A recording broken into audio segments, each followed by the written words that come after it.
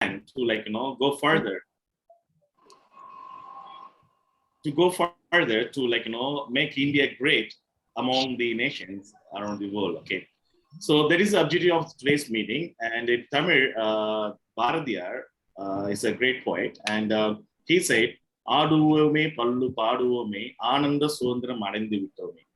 That means, so we have got a very good freedom, and we should cherish that freedom, and we should know how to keep the freedom forever in order to bring changes in the society. Okay,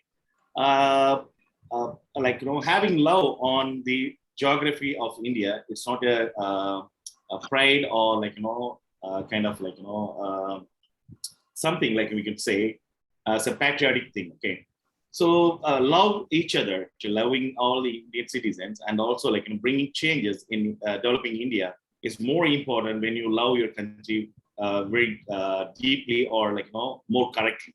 So that is how we can pronounce the freedom, also the patriotic. Patriotic is nothing but loving each others in the scenario of freedom, and also bringing patriotic to develop our country to the next level.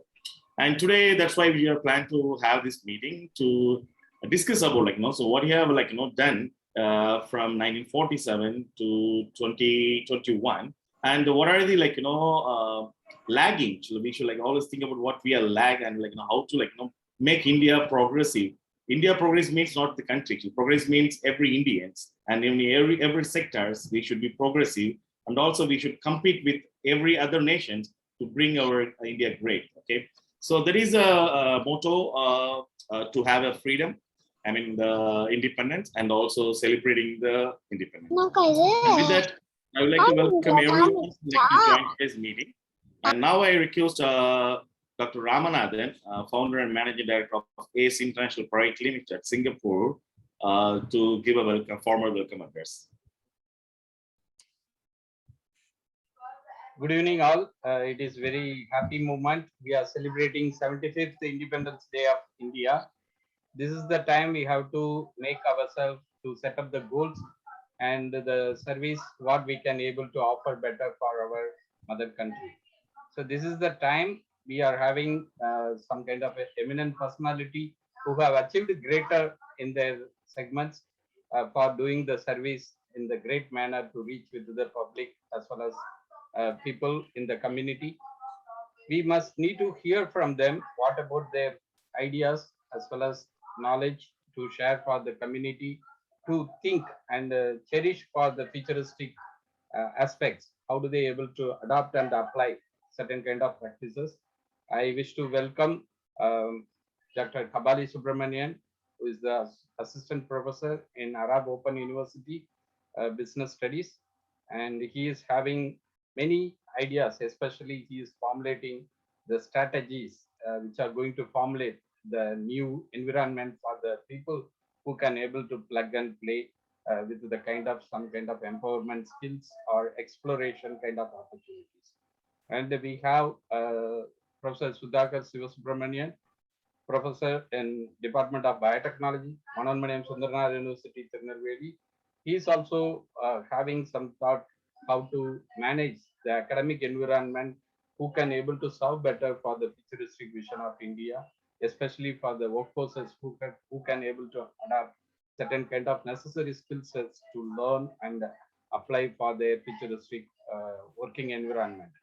And we have Dr. Ram Rajesh Kumar, who is a renowned scientist, and he is also having the mindset to share something about research and development, how to connect with the current scenario of Indian environment, which are going to serve better for the needy things for the greater nation in future. Myself, Dr. B. Ramanathan, I am the founder and managing director of ACE International Pte Ltd. I am going to provide the talk on health and wellness, especially for India. The people who are able to feel better and lead better for their health and wellness scenario, I am going to talk about that. I wish to welcome all the eminent speakers and the dignitaries today, and also welcome the visitors who are willing to spend the useful time with us. Over to Ram Rajesh. Thank you, sir. Thank you very much for giving a wonderful welcome address. And yeah, so without delaying, now I would like to welcome Dr. Kabali Subramanian, who is joining from Muscat, Oman. And just recently, he started a very good program and Dronacharya, so I don't remember exact term actually, but he's like giving lots of lectures, how to start up and how to use the social platform efficiently to do some business and connect with the people and making networking. So he's doing a very good job sitting in Oman and also trying to support our Indian community and to come forward to grow in every aspect in business. So with that, I would like to welcome Dr. Kabali Subramanian from Muscat to give his talk. Very good evening, one and all. Is my audio loud and clear? Yes, sir. Yes, sir. Okay. Very good evening. And at the outset, I would like to wish every one of you a very happy, prosperous, and peaceful 75th Independence Day to all my brothers and sisters of India and who are living in India and outside India. It is my privilege to be with you this evening on this auspicious day of our independence, Indian Independence Day. And I should thank Dr. Ram and Dr. Rajesh for inviting me to this platform to share some of my thoughts for a better future of India.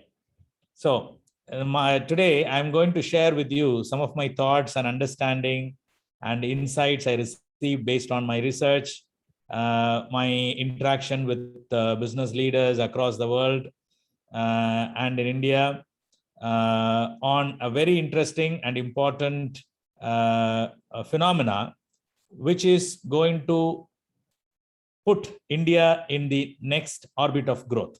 That is all about startups.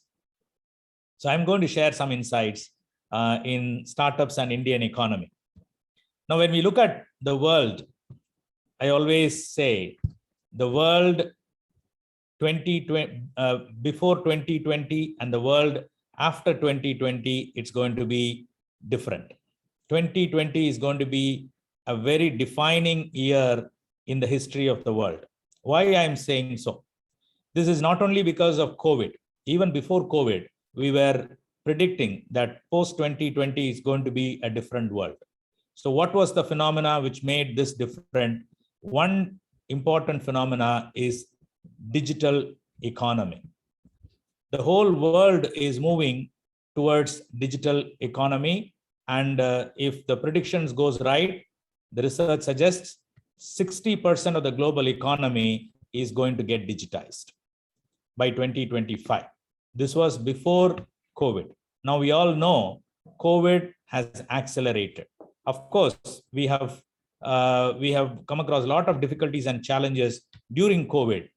But one positive thing about this COVID is the digital acceleration. This meeting itself is a great example because today we are able to connect in a digital platform because people have adapted to digital transformation and digital technologies. So adoption is increasing. So this is on one side of the story. The second side of the story is when you look at the world globally from the economic perspective, the first 1,600 years of the world, it was dominated by two major countries. It was India and China. These two countries were dominating the first 1,600 years of the common era, which is from first to 1,600. So in 1700s and 1800s, something changed. The progress shifted to Europe. So the new innovations and technologies came from Europe. We all know that is where the first industrial revolution happened. Of course, there is one theory. There are a lot of books written. There are a lot of research done. What that theory says, the first industrial revolution was funded by the Indian wealth. This is, you all know, Dr. Shashi Tharoor, who is our member of parliament. He has written a book on that topic. So if you are interested, you can go and read that. He says the first industrial revolution was funded by Indian wealth.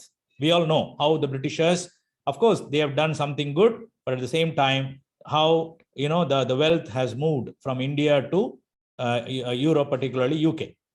So the 19th century was completely driven by the technologies and innovations which happened, which powered the first industrial revolution and second industrial revolution in Europe. Then came the 20th century. In the 20th century, the development, innovations, and technologies moved to Americas. Look at the last 100 years of the world progress. Most of the companies leading this economic progress comes from Americas, particularly North America. So we can easily validate this point.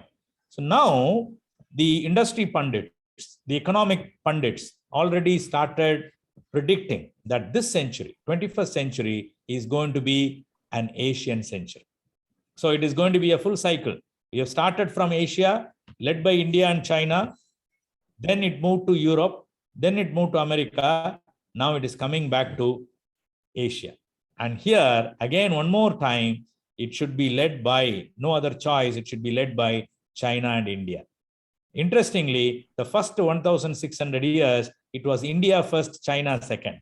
But we have to accept, my dear friends, by 2020, now we are seeing China is progressing at a faster rate. Of course, we can always critique the models. But anyway, that is one side of the story. But secondly, the point I want to highlight here is Indians, we need to accelerate. That is why we are organizing such webinars and seminars, just to give some new perspective to our young Indians who are going to be the torchbearers of the Indian progress. So when we talk about India, we are talking about the future of India. When we talk about future, it's not just future of progress. So what we need to look at is how to get the unfair share of the global economy. Today, our Honorable Prime Minister has announced that India is moving towards a glorious $5 trillion economy. Right? So this is the benchmark set by our Honorable Prime Minister, and also Tamil Nadu, a state, a southern state where we belong to, he also announced $1 trillion economy. So every state is competing to contribute to the Indian progress. So in this scenario, how we are going to achieve this progress and how we are going to take it forward, so this is going to be a big question. So one suggestion I'm going to make for the world progress, particularly Indian progress, is we need to have more startups. Understanding this, Government of India has announced a few years back Startup India program. And also the new education policy 2020 is also highlighting the importance of entrepreneurship from the universities and colleges, because they are going to be the future. Look at America in the last 100 years. When you look at the major corporations which are ruling today, are all came from universities, university dorms, be it Google, be it Facebook, be it technology companies, right? So therefore, startups are going to play a major role, particularly the universities and colleges. They are going to play a very important role. It doesn't mean that the startup should come from universities and colleges. Everyone, there is no age for entrepreneurship. We all know that. A classic example is the founder of course, not the founder, but the person who popularized McDonald's. He started the journey at the age of 55. So there is no age limit for entrepreneurship. So we all Indians, we need to put whether we are in India or outside India, we need to put our efforts to make India more entrepreneurial and more startup oriented. Because another research suggests that this century, this 21st century, is going to be defined by startups. Because when we started the revolution, it was agriculture was leading. then it becomes the industry, then it becomes the finance. But now this century is going to be driven by startups. Already we are having a lot of indicators. India has produced many billion-dollar startups, which we call it as unicorns. So there are a lot of opportunity, and very interestingly, COVID has also, to some extent, helping India for the simple reason that people are moving away from, even in Asia, they are shifting their eyes from China to India. Because India being a country which is friendly to many countries around the world, so people are looking at India for their supply chain. We all know presently the world's supply chain is run by China. So now there is a shift in thinking, in attitude. Always, that is the goodness of India, where India was friendly with all other fellow countries. We were never, in conflict with most of the countries in the world. So therefore, this is going to play an advantage. This is called soft power. In the world of politics, we call it as soft power. Being good is always good, right? So we were good to many countries across the world. Therefore, now they are having a very soft approach, and they are looking at India as a place for growth. So therefore, this is a great opportunity. So we always say luck is nothing but when the opportunity meets the preparedness. So we need to get prepared. Of course, we are already prepared, but today we need to accelerate that from the point of view of entrepreneurship and startups. Here, I just want to share a quick thought, some of the quick thoughts. Today, the world's progress is defined by two phenomena. One is globalization, another one is innovation. Globalization is recreating whatever happened in our country, which can also lead to progress. But that is horizontal progress. But innovation is going to give us vertical progress, which is the real progress. Why we need more innovation? Please remember, my friends, today there is a great talk about the global sustainability. It is not only we need to grow, but we need to grow sustainably. So there are three types of growth we are looking for: economic growth, socially inclusive growth, environmentally sustainable growth. All the three things should go hand in hand. Please, my dear friends, I repeat, it's not just an economic growth. We need to have a growth which is economically viable, socially inclusive, which means we have to take all our Indians together. It is not that one sector is growing, one set of people are growing, others are left behind. No, we want social inclusive growth. And third very important thing is all about sustainable, which is environmental friendly growth. Environmentally friendly growth. So this is what we are thinking of as a holistic growth, right? For this, we need to have new business models. The existing businesses, they need to change their business models, new processes, new products. At the end of the day, we need to have new thinking. So all these things should be driven by new thinking. That is why, very aptly, our Prime Minister, during the launch of National Education Policy, has aptly said, has summarized the whole National Education Policy into two key words. What is that? He said, we are moving from what to think to how to think.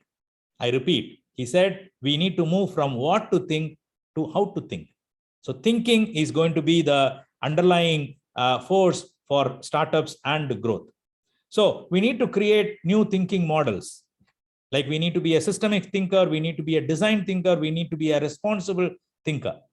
So innovation need to be responsible innovation. It is not just innovation which creates only economic growth, but it should take care of the societal sustainability and environmental sustainability.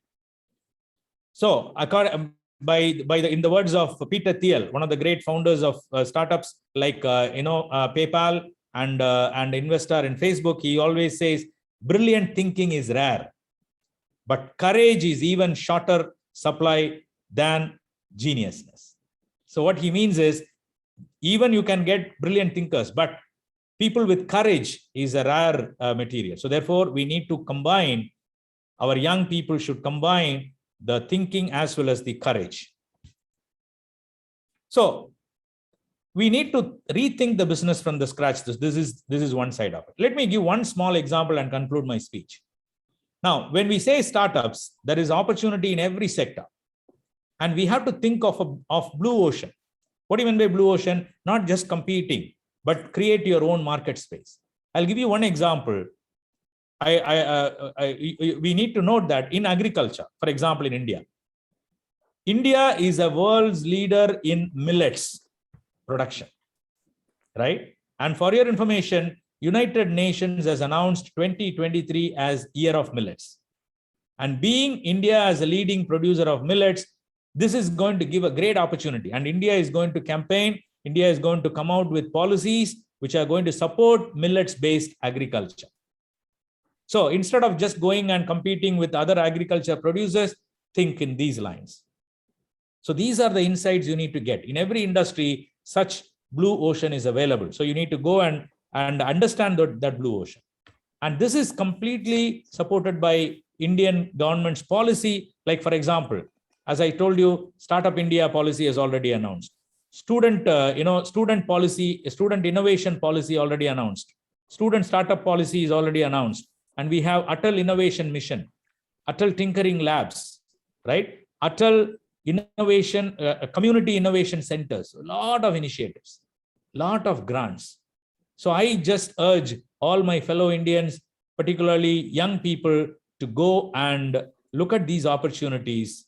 And you have to be a thinker, as well as you have to have the courage to start and grow your company. It's a great opportunity. It's not only economically satisfying, it is going to give you a lot of satisfaction that you are going to make an impact on this world by putting India at the right position.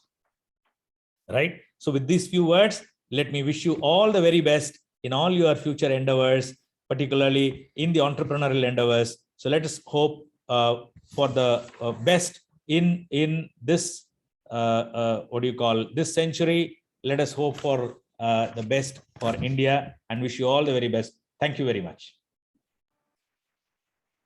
Thank you, sir. It's a really wonderful message for people who can able to think and prosper in their way of formulating the strategies. A blue ocean strategy, when they are making themselves very unique and they can focus in the market with more competitive manner, how to withstand for the kind of services or products or any way of explorations. A really wonderful message. And startup ecosystem is the futuristic kind of things supporting in many elements in the ecosystem, especially the country's sake. They have to depend on the startup very much. Thank you so much for your. Thank you, Ram. Thank you, Rajesh, for this wonderful opportunity. Thank you. Thank you. Thank you, sir. Thank you very much. It was really enlightening talk, and I hope that there is going to be great changes going to happen in India, because these days I have noticed many youngsters are coming as an entrepreneurs. They're coming with new ideas, and also they're coming with lots of startups. I have seen when compared to other nations, India is having more number of entrepreneurs, and it's really good. And we are going to see very fastidious changes, tremendous change, I could say, in next 10 years, like China, which is achieved in past 12 years. So after Beijing Olympics. So with that, actually, I once again thank Dr. Kabali Subramanian, who joined from Muscat, Oman, for joining with us and giving a wonderful talk about entrepreneurship. Thank you, sir. Thank you. And yeah, so anybody wanted to have any questions? Dr. Kabali? Yeah, anybody wants to interact with Dr. Kabali, you can So yeah, Dr. Kabali Subramanian, it's amazing, wonderful talk actually. I enjoyed a lot, and the wisdom and experience came out, like a flow, like a waterfall. Yeah, thank you for such a wonderful talk. And based on your expertise, what do you think in another 10 years, how India will be? I'm very positive. I'm very optimistic about India. India is going to lead the world in this century. There is no doubt about it. There is no doubt about it. And we have great confidence in our young people, young talents. As we have rocked the IT revolution, we are going to rock the digital revolution. But the point I want to highlight here is let's have a balanced growth. And the point we need to keep in mind is sustainability, sustainable growth. Because today, one of the world's pressing problem is all about climate change. You know, on one side, we are affected by COVID, but on the other side, there are a lot of happening. For example, the floods in China, the fire in, in other parts of the world. So these are all sending signals that the world's growth is slowly becoming unsustainable. So we have to, every one of us, we need to contribute. So that is going to be a big industry. So people who are focusing not only on economic, but also sustainable technologies. If you go and tell, for example, I was just talking to the CEO of Indian Institute of Millets Research Incubator, right? So he gave a very interesting statistics. Kabali, when we are exporting 1 kg of rice, we are exporting 5,000 liters of water. And we all know, people started saying the third world war is going to, if at all it comes, it is going to be for water. So therefore, we have to think in all these angles. It is not just export. Are we exporting the right things? So this is the question. So here you have to ask other 2 questions, whether it is socially inclusive and environmentally sustainable. So when you keep all these things in mind, and when you grow, please believe me, my dear friends, the whole world is ready to invest. They are calling it as, from the investment arena, we call it as patient fund, impact fund, right? The world is ready to invest, not just for return on money. Yeah. Yes. Yeah. In other hand, you said innovation is important. Okay. For innovation, basic research is important.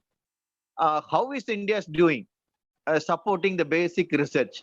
Do you have any data on it? No, I don't have any concrete data on that. But in general, what I understand, because I also do research in management, what I found is we are the research, when we compare in general, when I talk about academic world, are we doing research just for the publication? Because yesterday also I spoke in one forum about responsible research. Even in management, we started thinking about that. What do you mean by responsible research? The research we conduct should be able to make an impact on the real practitioner's life. So this is one point I want to highlight here, but otherwise I don't have data to support. But anyway, what we say is, so it is not just a fundamental research, but applied research, converting the fundamental research into applications, into new technologies, which will make this world a better place. So of course, this is a very debatable topic, but anyway, this is my short and sweet. Yeah. Do you know how much they are giving money for basic research? Then only the innovation is possible. Did you check that? Okay, fantastic. Now, what do you mean by giving money for basic research? Where from you want money? Funding agencies, state and Fantastic. central funding agencies. Fantastic. Let me. I don't have data to support, but let me give you one perspective. Now, when you look at the Western world, right? Because we have to learn from others also. When you look at the Western world, the fundamental research is driven not only by the government federal funding, but also from the industry. Now, why the industry is going and investing in fundamental research or applied research in the universities or research centers? Because they feel that they can get the return on investment. So if we are able to tap, say today, corporates, they have enough funding. But when you go and ask for funding, they ask you a simple question: what is the return on investment? If I invest on this, how much will I return? I don't have any statistics to substantiate my statement, but by observation, what I found is we look for investments, and we look for grants, okay? Because we feel that we are doing fundamental research on that level. If we can go and tell the corporates confidently that I am going, give me, let's say 10 crore, right? I will develop a technology which can make an impact on this world, which can produce you good return on investment. I think that they'll be ready to invest, right? So this is my point of view. My point of view is not just driven by grants. My point of view is if we are capable, if we feel that we can come out with some cutting edge technology or research, then it should be, we should be able to market it and get the funding. What you are saying is correct. For example, if you understand elevation of blood sugar level, causes so many problems. If you know that, then we can try to find out yeah, a glucometer. We can try to find out something, some drug or something. That's not possible. But finding the fundamentals, elevation of blood sugar causing the problem. That's a primary research. That's a basic research. Out of that, you can't make a money. Okay, but such a research is very much important. Then only further development will come. So, the government should support the basic research as much as possible. Translational research, what you are talking about is translational research. Developing tool, developing medicines, based on the basic research, that's going on. That's really going on. For example, DNA vaccine is going to come in India. Also, spray type of vaccine for COVID is coming soon to the market. All are translational medicine because fundamental research is already done. Okay, they're taking it from different countries. The fundamental research is not ours. They that are from other countries. Okay, we are buying them. Okay, then here we are making the product. It's almost like we are buying flour from the a local shop and making the dosa. We are not making the flour in our home. That's a concern. Okay, thank you so much. Professor, thank you, Professor. Thank you. Yeah, so much. I love the name Kabali Subramanian. Okay. Thank you so much. Yeah. Thank you, Professor. Thank you. Thank you, sir. Thank you so much for making the session very effectively. Thank you, and we will keep in touch. Thank you. Sure. The next speaker, Professor Sudhakar Sivasubramanian, is working in Manonmaniam Sundaram University Department of Biotechnology, who has done great work, especially for regeneration, using earthworm as a model. And in his lab, he has invented many findings which are very well reached to the scientific community. He has published so many papers which are in reputed journals, and his students are having very fabulous condition of working along with him. And he has collaborated all around the world with the eminent people, especially in Japan, London, and the United States of America. So he has more vision on the futuristic higher education, how to lift up. He has a lot of ideas. I would like to welcome Professor Sudhakar Sivasubramanian to take the stage. Sir, over to you. Yeah, thank you. Thank you, Dr. Ramanathan, Yes. for such a wonderful opportunity. And Dr. Rajesh and the team, they are doing wonder. Many times I'm also one among them. We are doing, the possible contribution to the society, especially, the team. We did a significant, contribution during the first outbreak of COVID. A lot of meeting, more than like 40 different meetings. Thanks for all, Dr. Ramanathan and Dr. Rajesh, for such a nice arrangements. And today is 75th Independence Day. Happy Independence Day to all.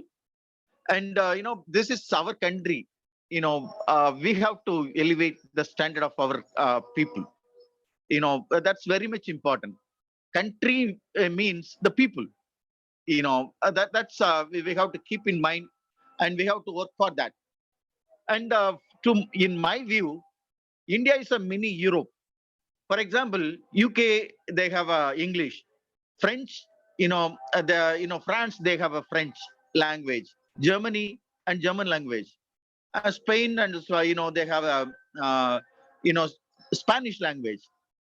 Likewise, Europe has many different countries in a small area. Similarly, if you see India, we have a different state. Okay, Karnataka, different language. Andhra, different language. Likewise, our diversity is almost similar to that of Europe. That's what I'm saying.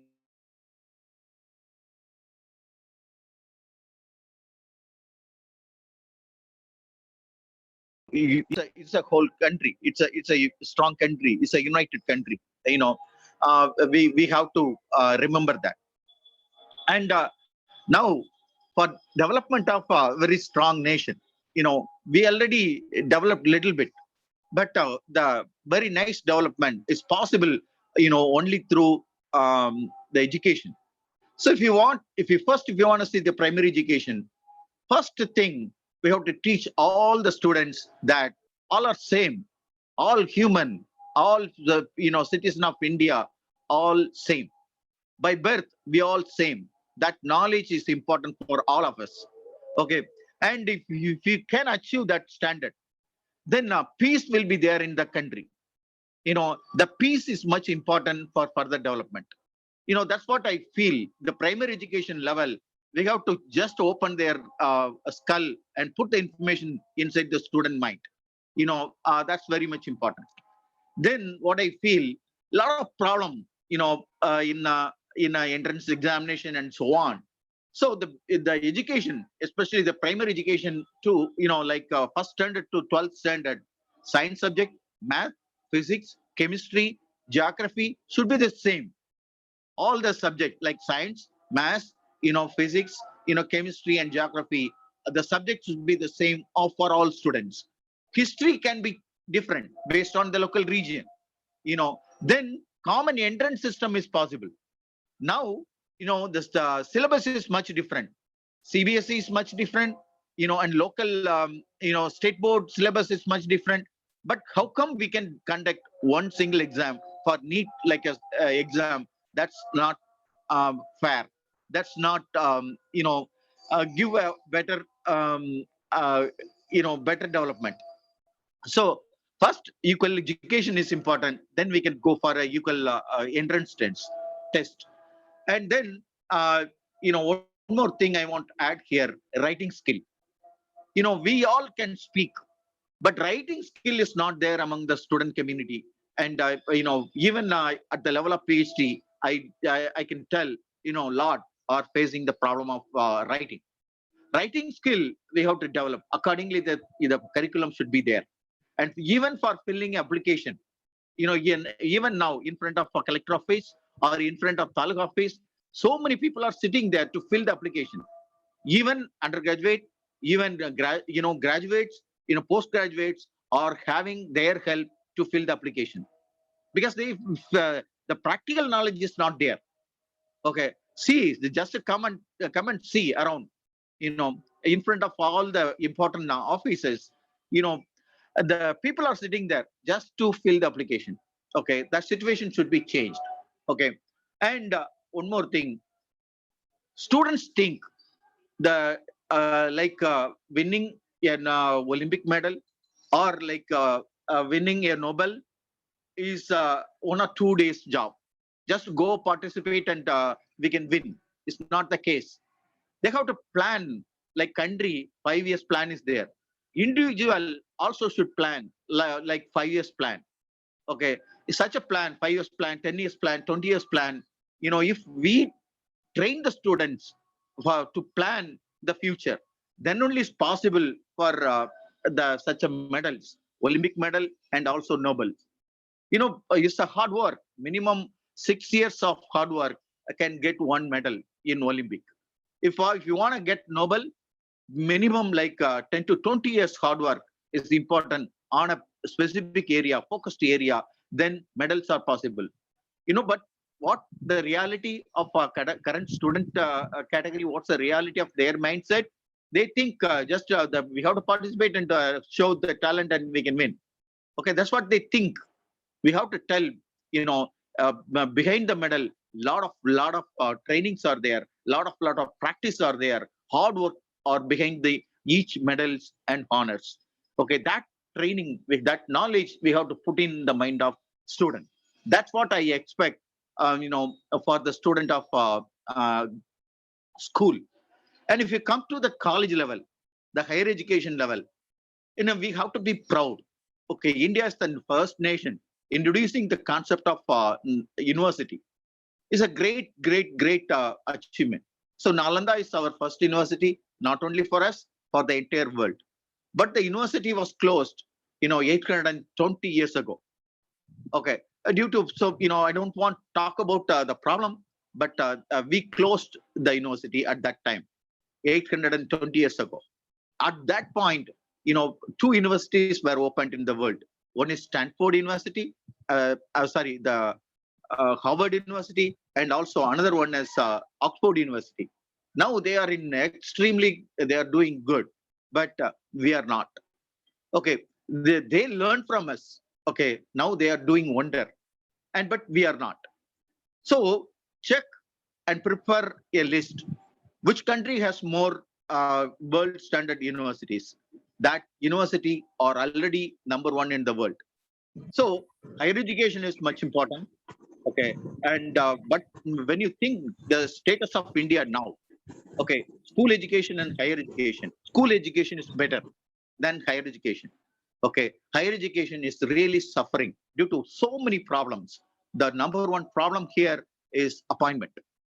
We have to find out key person, so suitable person, efficient person, really, science loving person. We have to search for, and we have to appoint them as a assistant professor, associate professor, and professor. But it's not happening now. Okay, Dr. Manmohan Singh did one very nice job. He elevated the salary of professors, teachers.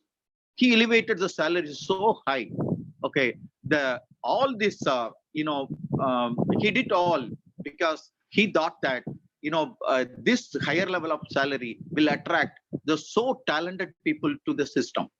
Okay, top people should come to the teaching and research. That's what he thought. But what's going on now is really pathetic. All corruption, incapable people and really, weak people are in this educational system, and the future will be really worrisome. Okay, we have to take such a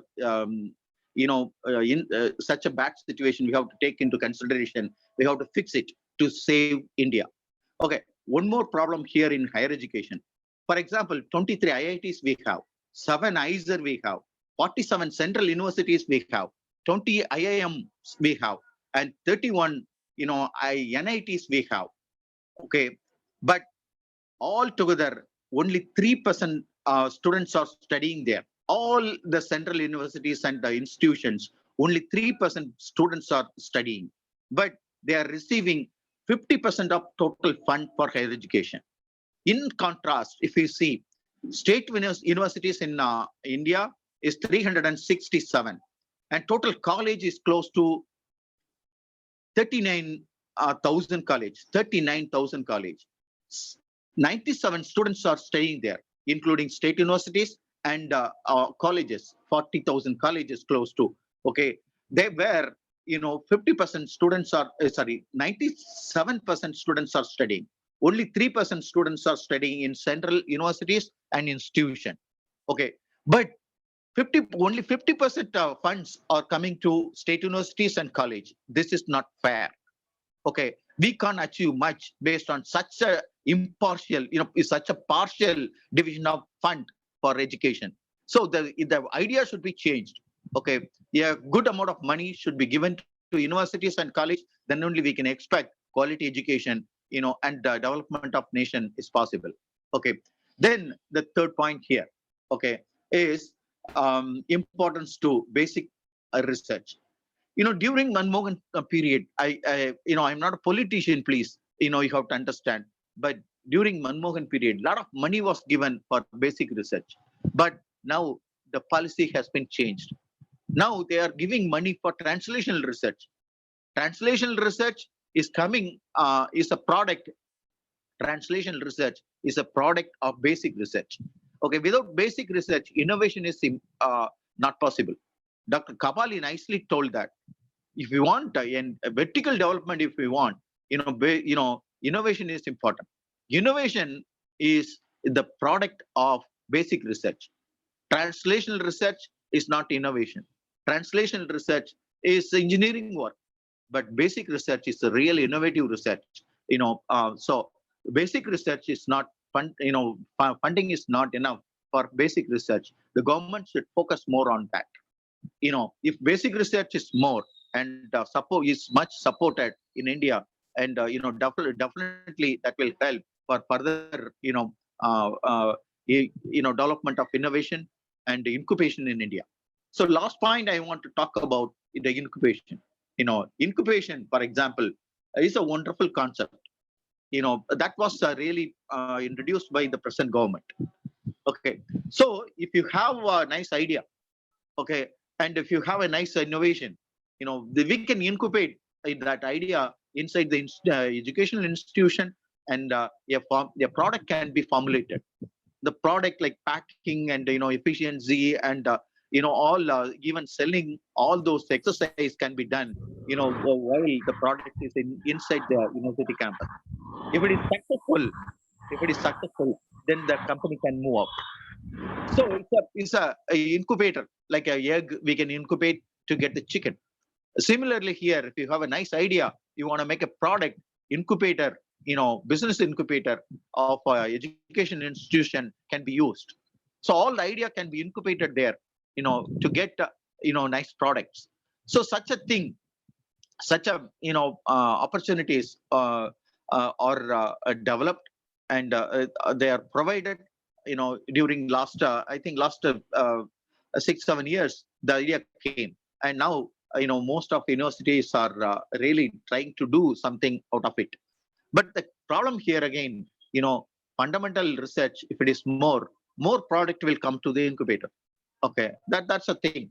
And one more, as Dr. Kabali said, our people, mostly Indians, are smart. Okay, here the courage is important. If you want to start a business, okay, you may have idea, but without courage, the product will not come out of incubator, or even the product won't go to the incubator. Courage, who must have the courage? Administrator should have the courage. Also, the innovator should have the courage. Okay, and the investor should have the courage. All the three should have courage. In many universities, many universities, in India nowadays, at present, they don't have any experience on incubation. So they are afraid. Business people are coming inside. Then chances of corruption is more. So something will go wrong. So in that way, the administrator are worrying, and business people, investor, they are worrying. So this university is just teaching. We are going inside. Can we make something good? Can we make some profit? Or some problem will come. That's a worry. From the company side, and student side or innovator side, all are new. Okay, all steps are new. They have to make a path. Okay, they are struggling. So without courage, the incubation is not possible in India. Okay, so keeping all the thing, thinking all the good thing and setbacks, equally we have to important for the both for sustained development of our nation. If we are developed, India is developed, means people are developed. Okay, all are in a good position. All are in like reasonably wealthy, good house, and good living environment. That's what we need.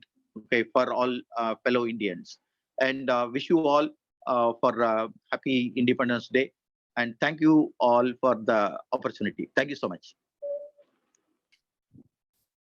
Thank you, sir. Thank you very much. And yeah, so actually, like this is what I want to talk during my my turn. But it's really good actually, you already spoke about so how the school education should be, and how it should be properly taken into the next level as a higher education, and what kind of support the government should come forward to bring changes or upgrade the research and development as well as the higher education system in India.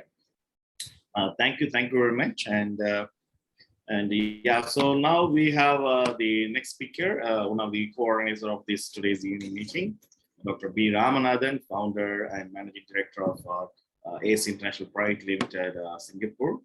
and he has a PhD in biomedical sciences. He has been to several countries, like he has traveled to Japan, Taiwan, and now he is settled down there in Singapore, and he is involving like various kind of things, he's into entrepreneurship training program, and he's providing lots of skill-oriented programs, and also he's organizing various other programs related to develop the society in a sustainable way. So that is more important. He can touch any kind of aspect which is going to help the society to come up, also bring changes in everybody's life. That is more important and just more beautiful. And with that, I would like to welcome Dr. B. Ramanathan, founder and manager of ACE International Pte Ltd, to give his talk. Welcome, sir. Thank you, Rajesh Kumar, Dr. Rajesh Kumar. It is a wonderful opportunity to join with you to conduct this particular fabulous program to celebrate 75th Independence Day of India. We are very happy and we are very privileged for hosting this session along with Art of Giving as well as ACE International Singapore. Thank you so much for organizing it. And I would like to start from my slides because already the people, they have done great job, Dr. Kabali Subramanian and Professor Sudhakar. So my part, I have to cover up very well for you to think about your health and wellness, how to embrace for the current scenario.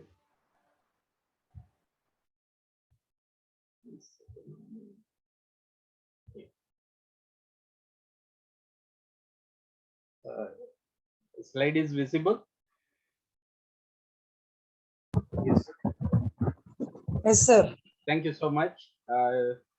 As we are all Indians and we are all celebrating the 75th Independence Day of India. So it is the time for us to nourish and cherish about the health and wellness. How do we able to embrace in the Indian continent? That is the wonderful thing. And we are all having our good focus on maintaining the health as well as the wellness for ourselves as well as our family members and kids and kin. So India is having nearly 130 crore populations, and it is a difficult task for making the people to keep the good health and wellness. But we can able to think how do we able to formulate certain kind of strategies as well as plans which can support well for the people who can able to follow good health and wellness kind of practices. Myself, Dr. B. Ramanathan, I am the founder and managing director of ACE International Pte Ltd, Singapore. India is now focusing more towards the 2030, how to establish the future cities in 2030, that is the world's largest mega city kind of thing, especially for the smart city. Smart city development is going on everywhere all around the world. How to incorporate the facilities which are going to support for the community who want to take care about the people as well as the culture. That is the very important aspects. So we can able to think how do we able to formulate certain kind of ways how to lift up the health and wellness scenario in our population as well as the community level approach. 25% of Indians are getting died before when they are achieving 70 years old.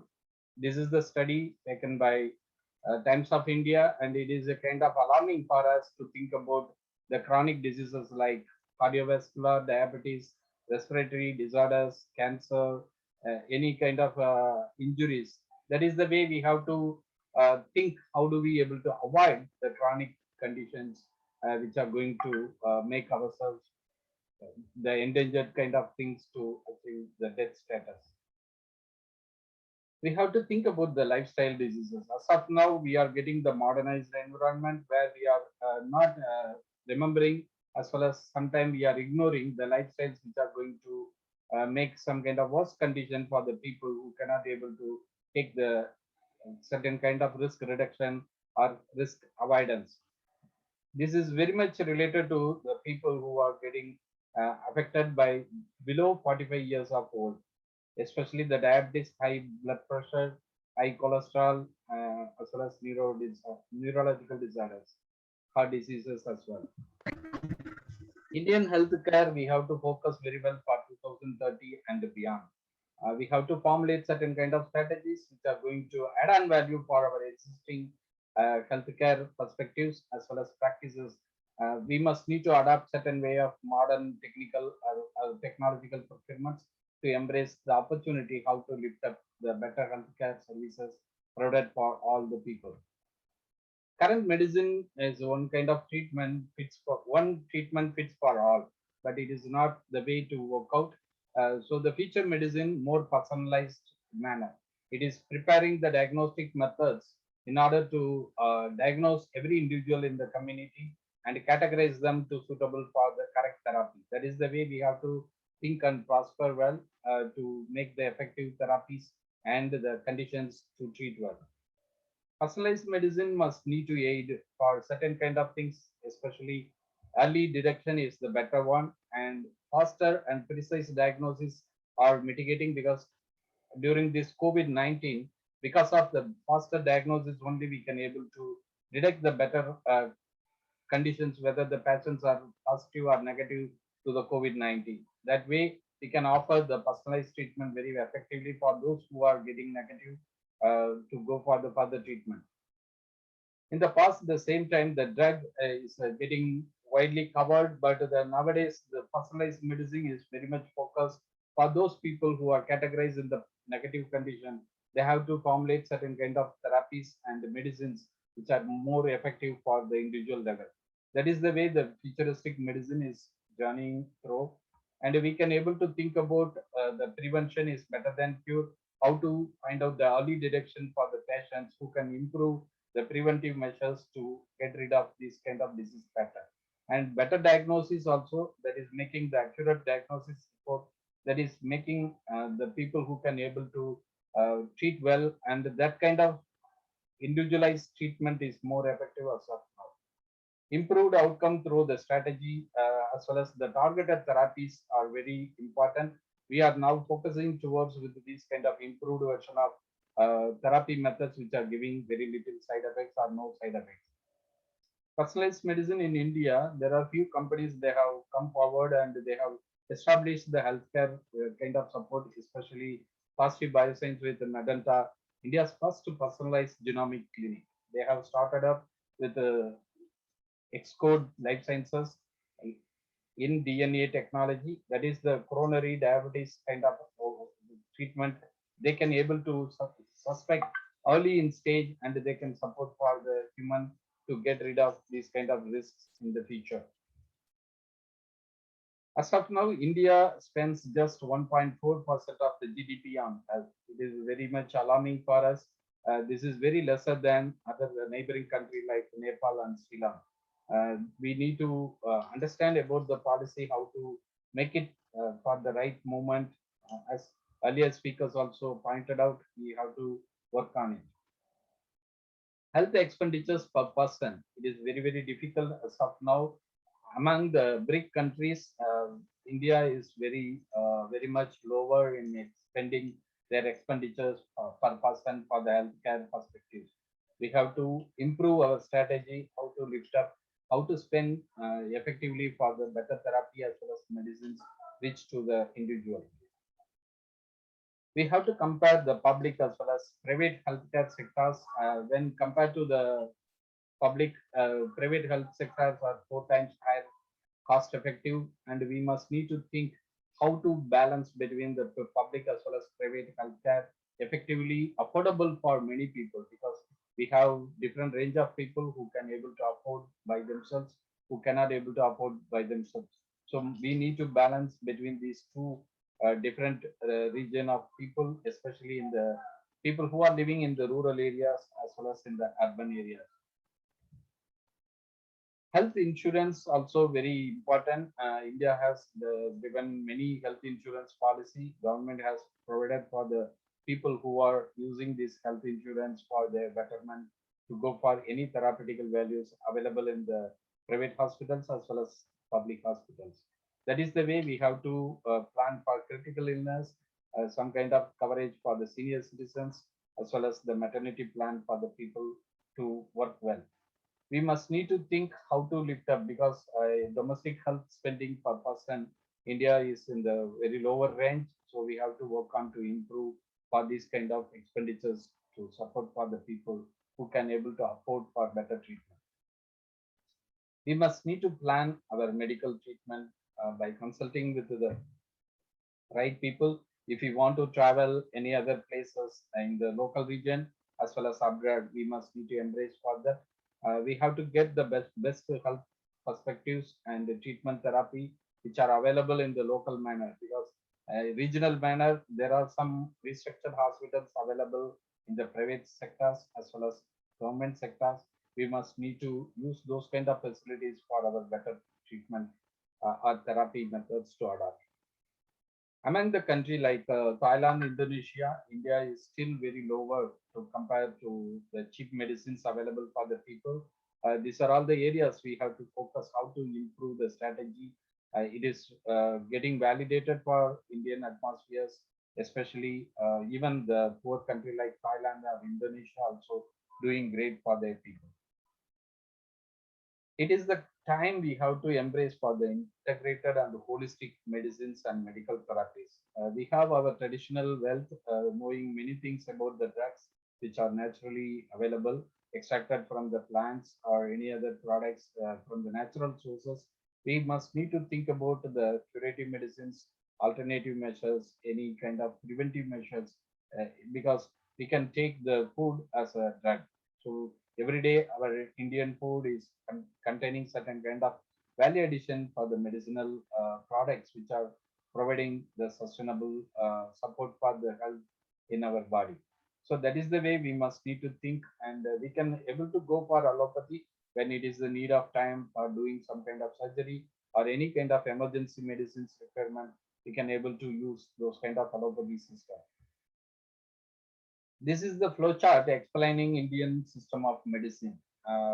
We have the Indian traditional medicine, which are very well developed, the historical practices and the wealth of knowledge sources. We can able to select and identify various kind of new drug, identifying new drug formulations which are effective for the people to get rid of anti-aging or chronic diseases.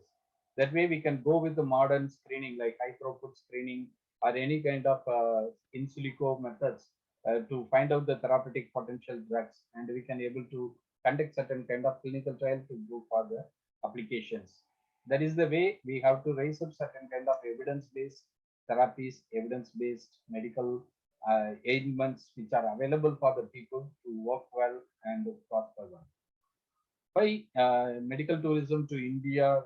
We should think about that, because we can able to provide in low cost manner, and we can able to provide the quality healthcare for the people. We can conduct the personalized medical services that is also attracting the global medical tourism people to come over to India. That is the way we can improve the great wellness that is especially pointing towards with the tourism development. We have naturotherapy hospitals in India. It is very much formulated for the integrated holistic medical therapies. We can able to use these kind of integrated holistic medicines which are going to support for the curative effects for people who can get rid of their diseases.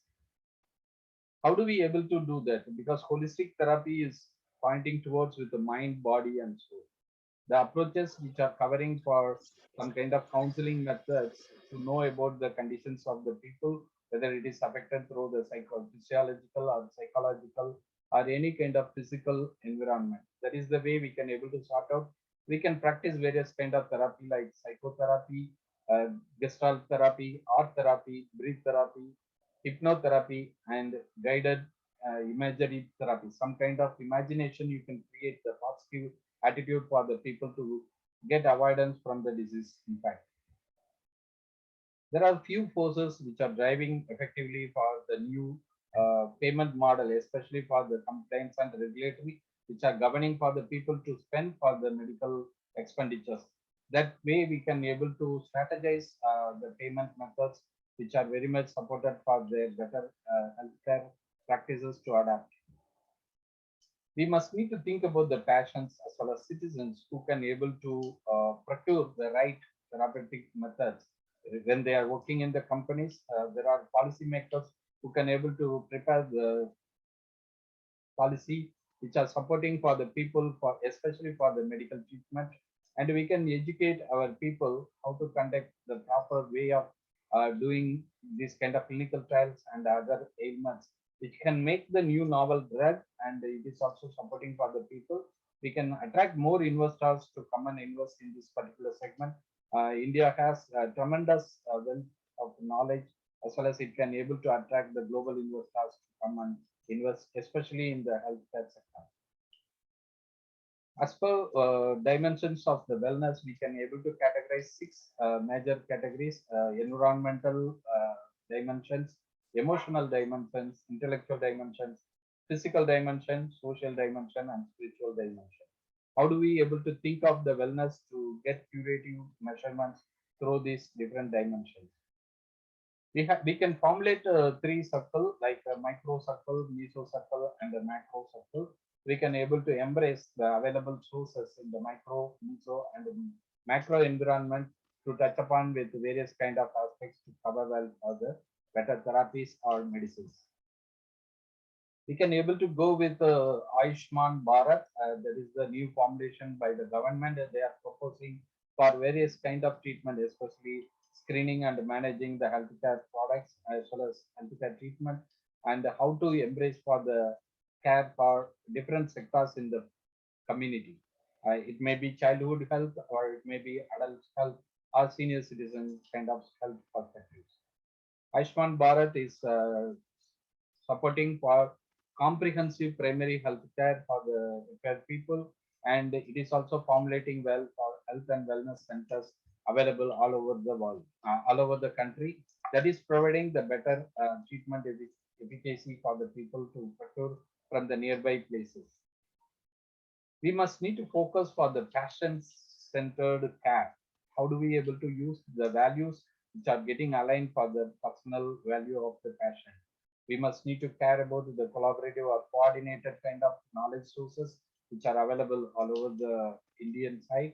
There are many research centers and institutes, as Professor Sudhakar mentioned. They are doing more translational medicine kind of supporting things. So we have to adapt those kind of things, how to support for the wellness kind of practices. Public health care in the infrastructure in India, especially they are covering three major categories: community health center, primary health center, and sub-center. We can able to think of that, how do you able to use these kind of available facility in our nearby places. Healthy lifestyle is the maintaining the good health for everyone. If you are focusing on your health, you must need to be very active and engaging your life very good by way of eating healthy food and a healthy environment to support for your betterment.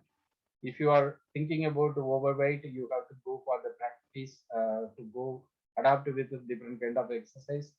Either you can go with the consulting with physicians, or you can use the gym practices to reduce your weight, because obesity is the chronic diseases we have to focus on it. As now the digital era is supporting a lot, especially for the data concentration, data processing. The patient's data are segregated and aligned together for data acquisition. That is the way the artificial intelligence is intervening with the data sources to find out the concepts or conceptualizations which are very much focused for better treatment for the people. Top 5 digital healthcare providers in India: Manipal Hospital, Apollo Hospitals, Artemis, and Fortis, and the Institute of Medical Science. These are all having the facility to manage effectively for the available digital data sources. And there are artificial intelligence induced healthcare companies. They are getting more funded, especially they are intervening a lot of data, and they can able to create more new concepts and novel therapy methods.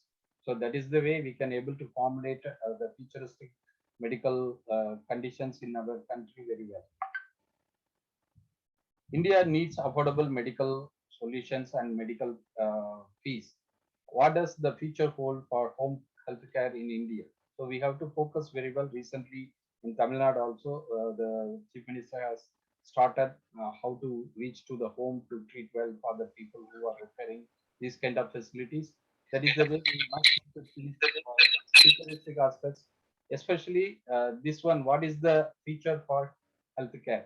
We have to categorize the 4 quadrants. Personalized medicine is one kind of support, and tech frustration. We have a lot of technology available all over the world, but how do we able to use those kind of technology to our environment is the critical thing. We must need to formulate certain kind of regulatory compliance things, how to adapt well for, because in future robotics are going to do the surgery, and many more artificial intelligence sources are going to support for the people to predict the basic medicine service for the conditions. And how do we able to fit for these kind of facilities overall the populations, irrespective of their range to afford for the medical condition. Thank you so much for patiently listening to my talk, and we can be able to focus for the futuristic medicine very well supported for all people in our country. Thank you so much. Over to Dr. Rajesh.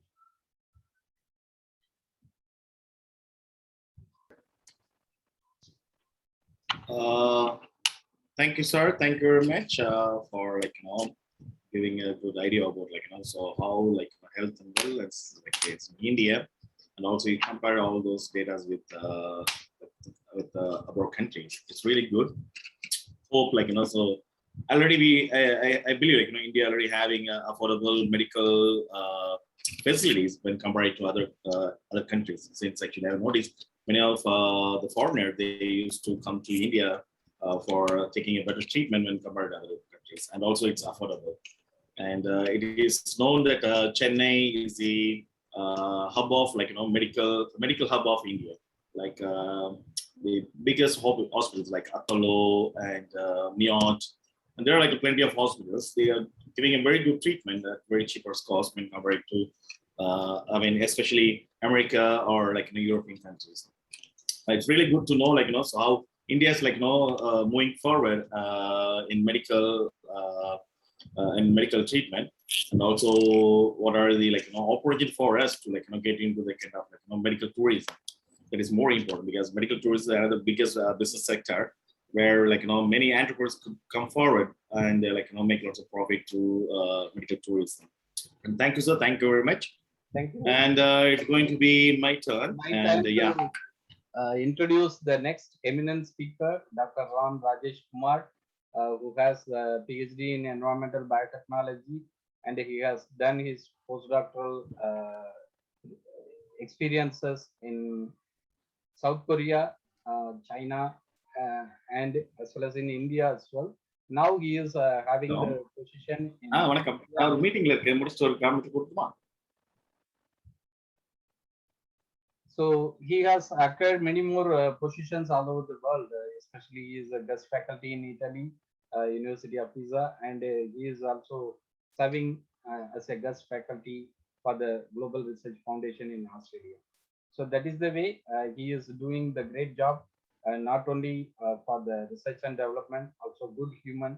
He is supporting a lot for the people who can be able to get better and lead better in their life ambition. He is providing a lot of support for the fellow colleagues, and we are working together for many projects, ACE International as well as himself, to contribute the greater support for him. Thank you so much. Over to Dr. Ram Rajesh Kumar. Thank you, sir. Thank you very much. And good evening, everyone. And I'm really happy to give my talk during this 75th of Indian independence. And so as I started my program, started this program by saying being patriotic is not loving your country. Being patriotic means loving your fellow Indians. So that is more important. And also taking a nation into next level is not only in particular sector.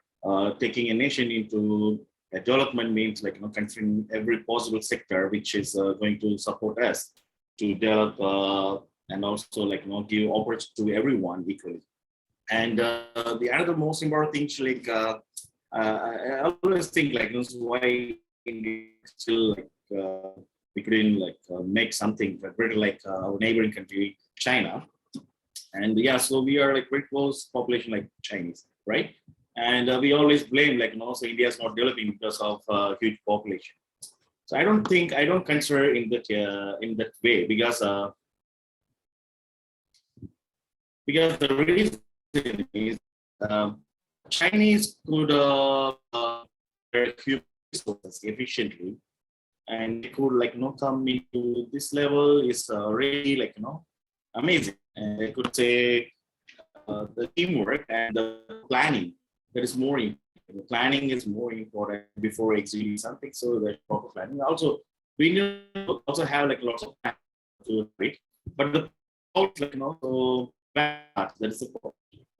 Individual and materialist, and also like so we are country different from each other. We cannot make as Dr. Kabali and Dr. Your voice Dr. is and breaking. Dr. Am I audible now? Yeah, it is getting breaking. Now I'm Yes. Yes. now. All right. Okay. Yeah. Now As the earlier speaker they said, so yeah. So as the earlier speaker, they mentioned like, so what are the possibilities and how to like, take India into next level through various sectors, especially through sustainable development. So United Nations already like made a goal to enter world by 2030 to achieve 17 sustainable goals. One is removing poverty, and the most important is eradicating poverty. Okay, that is the most important thing because many of Indians and are sleeping without having a single meal a day. Okay, so likewise, like so we are lagging lots of things. Without talking all those things, a nation cannot like go further. So we need to address every sectors, and importantly, like so in management, there is to say like so everybody is not like skilled, and there will be a gap. Okay, so but the good idea of like making something progressive is like find the gap. Okay, find the gap like where we are lagging, so what we are lagging, and like where we are like having the gap. Then find the gap, doing some analysis, you can find like what kind of like gap that we are having and what we are lagging, and we need to fill the gap. Like finding the gap and also filling the gap is more important when you are taking any project. Like when you want to have a project and you want to have a progressive project and you want to have a successful project, you need to find the gap and also try to like fill the gap. Even like for example in your career. Okay, so in your next level of career, so if somebody, I mean the employer wants to have some skills, and if you lack some skills, you need to fill the gap. You need to get trained, and you need to like get trained or have a proper like learn through workshops. Okay, then you can like apply and you can like get the job very easily. So this is how like we need to make something progressive. Okay, so I will to start my talk with Thirukkural. So hope everybody knows about Thirukkural. This is in Tamil we say Ulaga Padumazhai.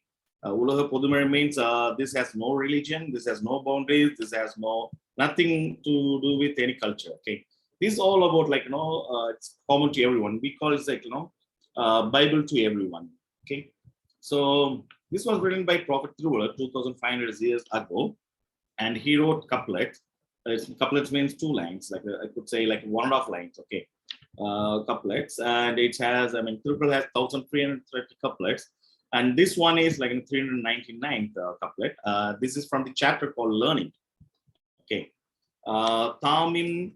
தாமின் புருவது உலகின் புறக்கண்டு காமுருவர் கற்றறிந்தார். தாம் இன்புறுவதற்கு காரணமான கல்வியால் உலகம் இன்புறுவதைக் கண்டு கற்றறிந்த அறிஞர் மேன்மேலும் அக்கல்வியையே விரும்புவர். The meaning of this couplet is the learning will long for more learning when they see that while it gives pleasure to themselves, the world also derives pleasure from it. Okay, so when you learn something, and learning is not only keeping the learn things yourself. Actually, like you need to like learn more.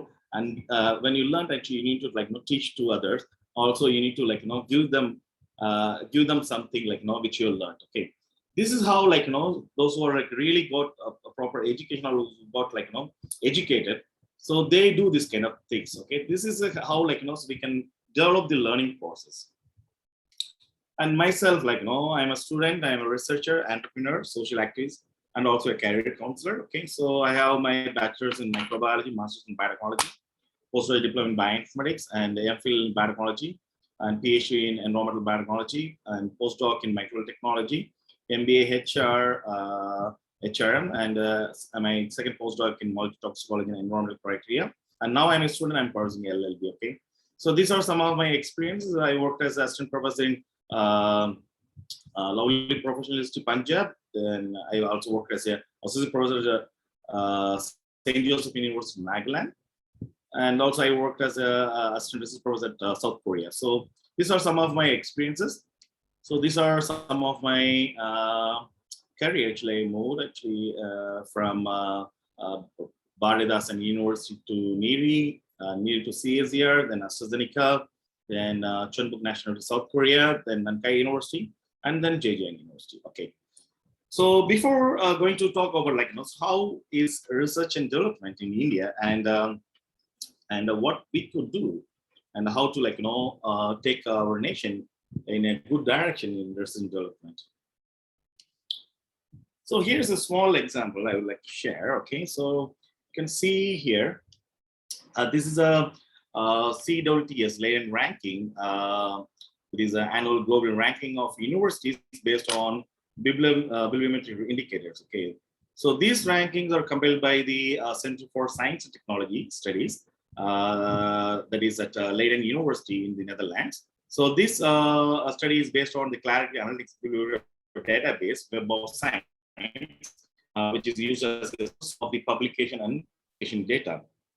And this Leiden ranking ranks are used worldwide by number of academic publications according to the volume and citation impact of the publication at those institutions. So this is a wonderful organization which evaluate the universities' research and based upon their publication and their bibliographic indicators. Bibliographic indicators. Okay, and yeah, so here we can see, and here are some of the topmost universities around the world in all sciences from the year 2015-2018, but the ranking was 2020. Okay, and you can see the Harvard University is ranking 1, and it's Chinese University, Shanghai Jiaotong University, and the third one is Zhejiang University, is again from China, and University of Toronto from Canada, and Tsinghua University again from China, and University of Michigan from USA, and University of São Paulo from Brazil, and Peking University again from China, and Johns Hopkins University is from USA. Okay, and Seoul National University from South Korea. Okay, so you can see these are some of the top 10 ranking university based upon the publication record. That means that they have done a tremendous research work, and they have published in good impact factor journals. That means in India, actually, we don't do that. Actually, I will discuss about all those things later. Okay, so why we are not publishing good impact factor journals, that is SCA journals or ACA journals, that I will tell you later. Okay, and yeah, so here you can see these universities are ranking. Actually, none of Indian universities are in the top 10. And yeah, so again, if you take life and earth sciences, here again, University of São Paulo, Brazil. Okay, life and earth sciences. Okay, they rank 1, and Zhejiang University. So the university where I'm associated. Okay, they ranks 2, and University of Florida from USA, and Nanjing Agricultural University again from China. China Agricultural University is again from China. University of California, Davis from USA. Northwest Agricultural Forest University again from China. China University of Geosciences again from China. Washington University and Research, and the University of Chinese Academy of Sciences. Okay, from China again. Okay, so again here in the top 10, there's none of Indian universities representing in the top 10, even in life and earth sciences. Okay, when you take physical science and engineering, you can see almost all the 10 universities are from China. See here, Tsinghua University is from China, Harbin Institute of Technology from China, Zhejiang University from China, Shanghai Jiatong University from China, Xi'an Jiatong University from China, Tianjin University from China, Jilin University from China, University of Science and Technology, China, Huangzhou University of Science and Technology, China, Sichuan University, China. So see, actually, like now, almost in these universities, those who joined as a postdocs or those who are doing PhDs, or probably some are like working as a professors over these universities, are Indians. Okay, but what is the scenario of Indian institutions in this ranking? Is you see here what we say that is the topmost institution in India is the Indian Institute of Science, which is ranking 255. You see 255 ranking, okay? And IIT Kharagpur is ranking 270, and the IIT Madras ranking 329, and IIT Bombay ranking 339, okay? So see this data, it's really shocking and saddening. The reason why I'm sad, because like, so we Indians are working abroad and we could be able to do this kind of like, publications or like, taking research to the next level. Why the Indian university is not able to do? So what is the issues? What is the problem? And what we are lagging, okay? So what we are lagging is, first thing is actually like, not operating proper faculties in the institution. And the second thing, the government is not like, providing proper funds. And I have noticed from in the last 10 years, and most of my friends, those who are working in the university, they complain like, no, we are not receiving any funding support from the central governments, from funding agencies, okay? I could say from funding agencies, and they are not able to do any kind of like, quality research. So, so what I feel is like, it's not about like Indians. Actually, Indians are very smart and like very hardworking, like Chinese, and they are doing tremendous good jobs at abroad. But the problem in India is we couldn't do it because of lots of this kind of like reasons. Okay, and the another reason is we are not publishing our quality work in SCA journals. Most of the faculties, even the professors, those working in the government universities, are unaware of like SCA journals or SCI journals. They just want to publish in some local journals. They just want to get published, and they don't know like the quality of their work they have done, the time they spend, and the money they have like spent for the research. But still, they just want to publish in like some local journals like a UG SCAR listed journals, which is a total humbug actually. So I just want to make a point actually. I request all the researchers. Don't publish in UG SCAR listed journals. Okay, just try to publish in Science Citation Index journals or Science Citation Index expanded journals. If you're from humanities and arts, try to publish in Social Sciences Citation Index journals. Okay, please aware of these things. Even the faculties are unaware of all these things. They're not guiding the students properly. So the the time which you have spent like years to years for doing the research, what they do, it's like they are wasting it in like putting in trash journals. I could call those ACE journals or trash listed journals. Don't throw your like hard work research into like those throw into the trash. Okay, and yeah. So and again, the main other issues are like appointments in Indian universities, as Dr. Sudhakar has said, actually not based upon those who really want to serve for the education, who really serve for the research. They always give opportunity who could able to give corrupt the government to get the job. If this is going to continue in future, and I believe actually there won't be any development in future in India, especially in higher education as well as in research, because we already witnessing lots of like issues happening in education and research. And yeah, so I don't want to give a fake or like just say India is doing good or India is great or something, but always like it's good to think about what are the problems we are facing and how to overcome and how to address those problems. That is more important. Okay, talking when you're not talking about the problem, then we can't able to find the solution. Okay, so these are the problems. Okay, so what we are witnessing are the problems, and so we need to think like how we able to like bring talents who can really want to like do something for the society. Society means not doing kind of like donation, giving some donation to the poor people, donating something to the needy people. this is not the social responsible person. Okay, social responsible person means those who are taking any opportunity in government sector and truly working for the nation, truly working for the people. They are the really socially responsible person. Okay, all others are just just taking the job by paying the money and doing nothing, and always saying India is like that, see America is like that. Okay, compare it. We always compare, but we could make India great. Actually, we can bring India like a foreign country, but what the problem is, we are not being a good social responsible person in any aspect. So so this is a time for all the youngsters. What we need to do is be a responsible citizen. Okay, responsible is okay. Responsible means not do some job, earn some money, okay, and save some money, okay, live happily. This is not this is what happened past 75 years, it seems, actually, because you see the countries, those who got independence, even after India, China, and yeah, so the same day actually Korea also got independence from Japan, okay, and Bahrain also got independence today, and again Congo actually I mean Congo is one of the African country, okay, they also got independence today, okay. So we can think how Korea is today, and even after in 1947 we got independence. China got independence in 1950 after 3 years, but see, they have the same kind of population, but they could make actually a greater nation. So you don't think China is just like that, like it will look like India, not at all. China is change, transformed a different level.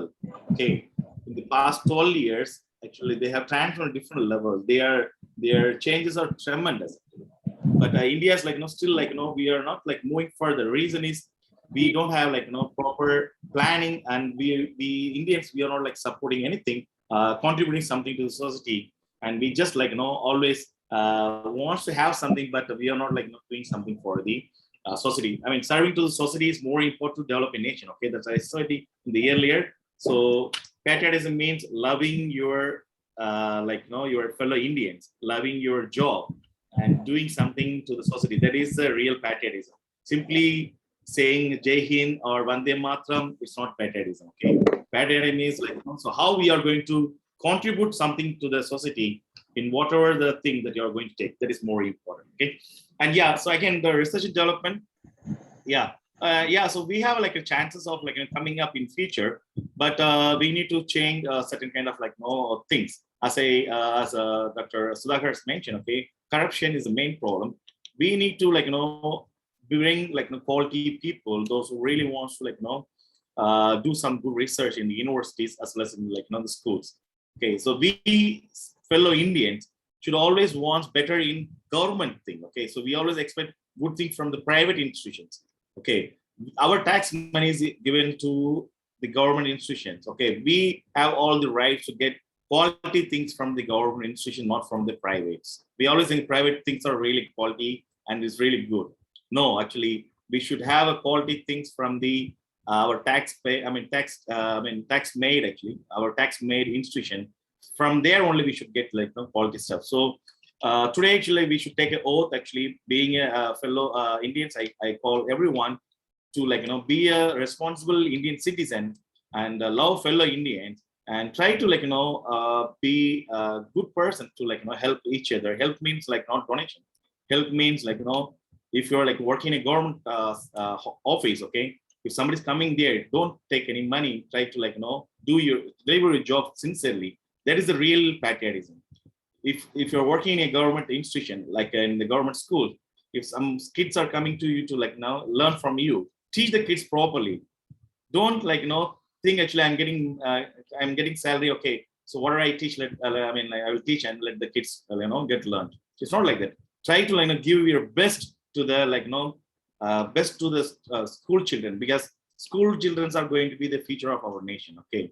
Similarly, those who are working in the government universities, try to teach as much possible. Learn new, actually. Learn. There are lots of things coming up in every now and then. Even the time what we have spent, actually, if something came new in your field, actually, So learning is more important. Learn and try to give best to the society, to the job that what you have taken.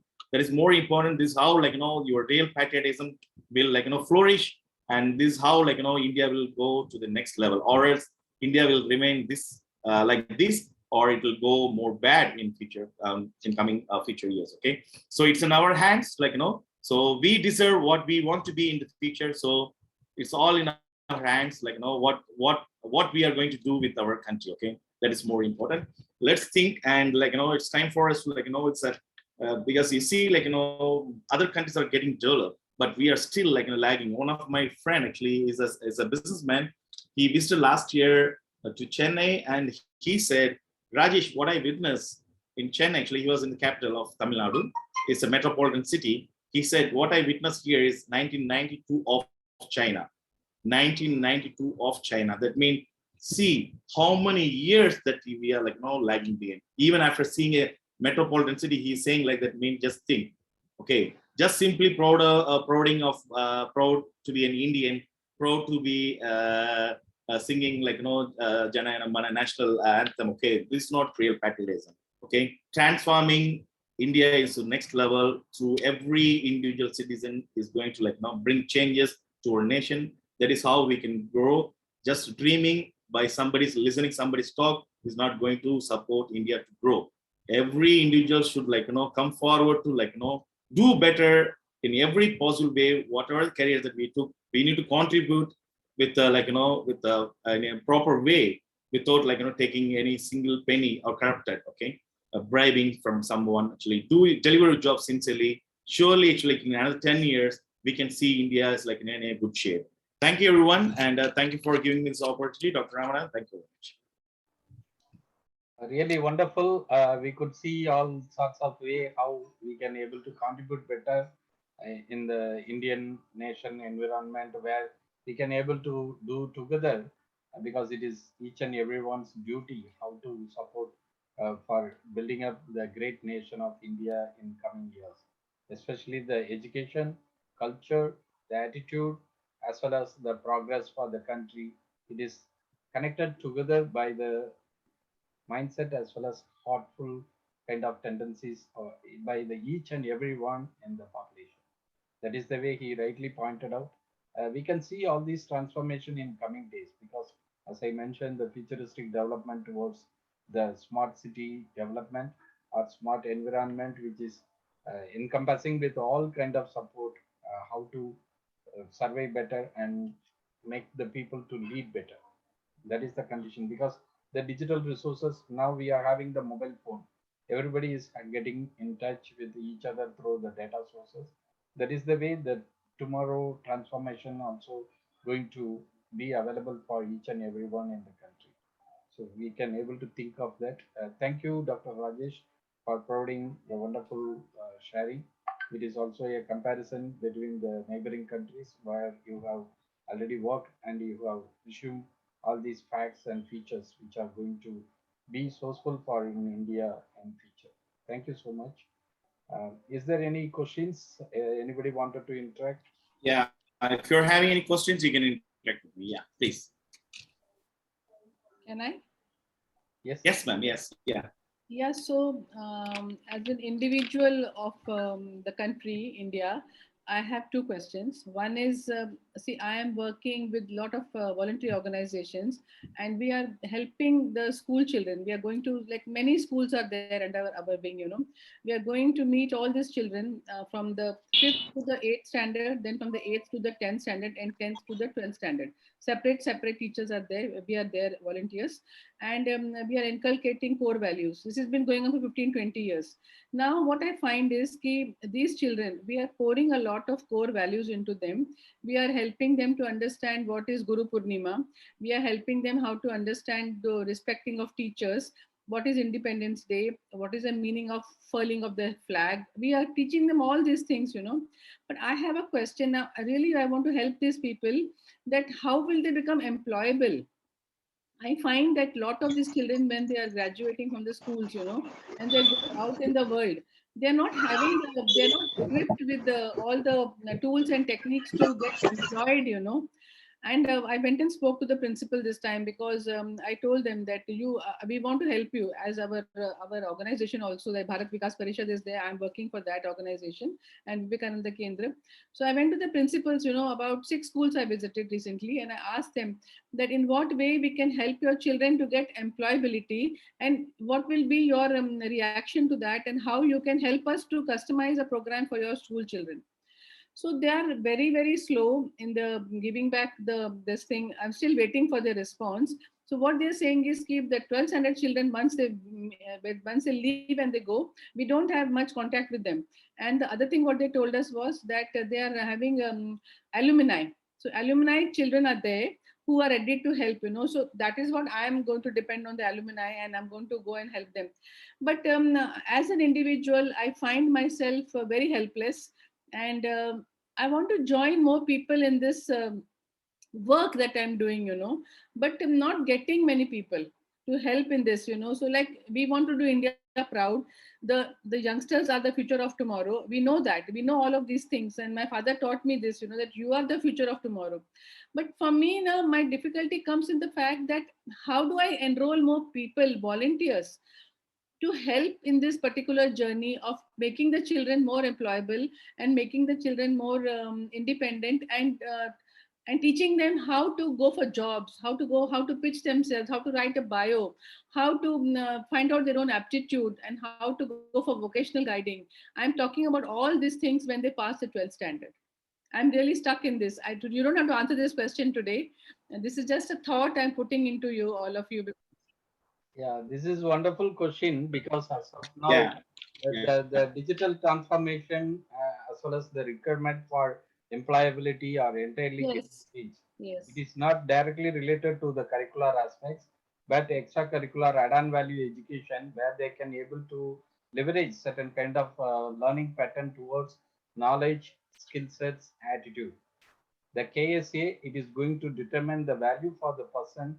How do they able to embrace the opportunity which are available for them, as well as they have to make themselves to do certain kind of real-time jobs, that is connecting towards with the real time.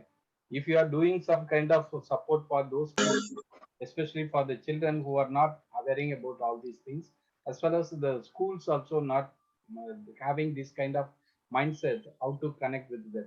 There are higher education people, they wanted to engage training and development kind of opportunity. They're sending, excuse me, they're sending their students for project internship. They can able to engage and incubate their learning pattern through the internship projects assignments. That is the way they can able to learn the real-time learning, where they can get some kind of necessary experience which are very much required for the current job focus as well as the scopes. If they don't have that kind of mindset, they cannot able to uh, withstand in the job sources in the long run. And they have to design their own way how to develop their personality skills, professional development, and prepare the goal sets for the roadmap to achieve for certain period like 3 years, 5 years, 10 years plan. They have to procure the right skills and the right attitude, which are very very essential when the person who are getting employed as a new person, then experienced person, then grooming certain kind of skills, especially the leadership quality as well as uh, the entrepreneurial skill sets, the mindsets, which are taking the ownership for the particular roles and responsible and commitments. That is the attitude we are expecting from the workforces, new workforces. And they must be to, rightly Dr. Rajesh also mentioned, you have to fill up your gap which are not connected towards with the job sources. You can find out the job scope, job roles and responsibility, whether that particular person has that kind of tendency to fit for the job. He can able to survive well with that kind of pressure environment, or able to. One thing I can tell now, the recruitment process are not so called employment recruitment kind of things. It is talent acquisition. How do we able to embrace the talents to identify? It is the task completing competency skills. If they are having the competency skills which are very very relevant to finish the task, so we need to train them towards with taking the task, completing the task in due course of time, That is the way you can enrich the capacity and capability of the people. They can fit everywhere, wherever, because they have the mindset how to do the right thing in the right manner for that particular environment. That is the way we have to, because what we taught earlier 20 years back by our parents, that was different. What we are engaging the current Gen Z population, that is entirely different. Millennials and Gen Z population, they have different mindset. They are digitally connected through the global segments. So we have to use them and focus them for their futuristic goals to achieve them. And they don't see how much it is going to change in the near future, because a lot of changes are going on.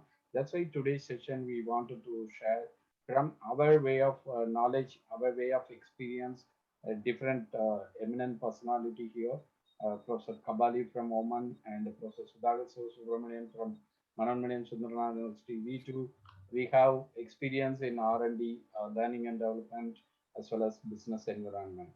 So he has his own social enterprise also. He's leading and doing great for the society requirements. And we can talk about all these things. You can contact with my mobile number and email. We can openly talk and discuss. And the one more thing is corporate social responsibility, as well as the government projects which are going to support for the startup ecosystem. They can take some kind of startup empowerment through the incubation center available in the institutions or any public environment, or any way they can attach with the institute industry partnership. That is the way they can able to leverage.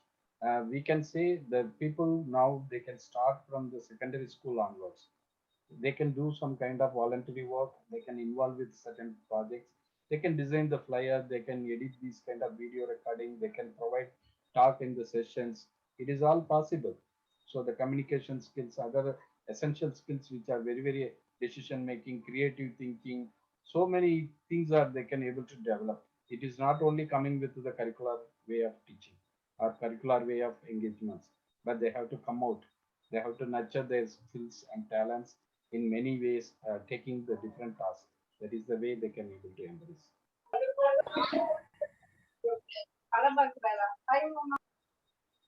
Thank you so much for your participation. And we are here. We want to collaborate with the different kind of people, how to reach to the community to serve better for their needs. Especially myself, I am very much focusing for institute industry partnership. I am believing where we can able to tune up the cultural values, because in Singapore they are doing great. They are very much demanding the students and making them to move out of the classroom teaching towards with the environment, especially in the society. They have to see the people, they have to learn from the environment. That is the way only they can able to think for the futuristic conditions, where they can able to go and fit well for their passionate kind of attitude. That way only they can do greater service for the society. So the other thing that I wanted to tell you was about the medical tourism. I'm a doctor who is practicing in India, Mumbai for the last 30, 40 years now. And my question is, ki medical tourism is fine. It's good that foreigners come here, they get themselves treated and they go. But we, as me and my husband, we focus on the prevention of disease, about the lifestyle. We focus on telling them ki how you cannot get diabetes, how you will not get hypertension, how you will not get all the lifestyle diseases, how you need not get osteoporosis also. So my focus is that on the prevention, but to reach out to all these people, to talk to them about prevention, and especially the poor people, it's very, very difficult in our country. All that is very nice that on the outside, you know, Until our the Indian. risk will come, they don't want to take any step in front. That is the way they are formulating, because until they find out the risk hit at them, then only they wanted to do something. Because prevention is better than cure, and we must need to embrace our good health, our good practices in the lifestyle, Yoga. especially for the physical, physiological, psychological, ethical, emotional, environmental, economical factors which are making the harmonious things for everyone's life. If any one keys down, the orchestra cannot play the good music for each and everyone. That is the way we have to. Then another one is the students we have to focus, because they need to admire their own values. personal values. They have to eat well, they have to sleep well, they have to manage their pressures, especially in the educational ecosystem. Now tremendously changed. It is not like earlier. They have to sit in front of the laptop or any online lessons and other things. They can't able to move along with the friends and other kith and kin. So it is also very much demanding them how to cope up with the stress. That's the real task we need to. And then also for the family people, they are not able to go and mingle with the community, with the relations and other people. Like the people living in abroad, we cannot able to visit our home people, native environment. That is the way we are getting stuck. But we need to manage. We have to engage this kind of busy schedule, and other way we have to relate to the local environment. We have to dilute our emotions or any expectations like that. That is the way the alternative kind of things we have to think, especially the integrated and holistic way of lifestyle, which are going to support avoidable chronic risks, chronic diseases.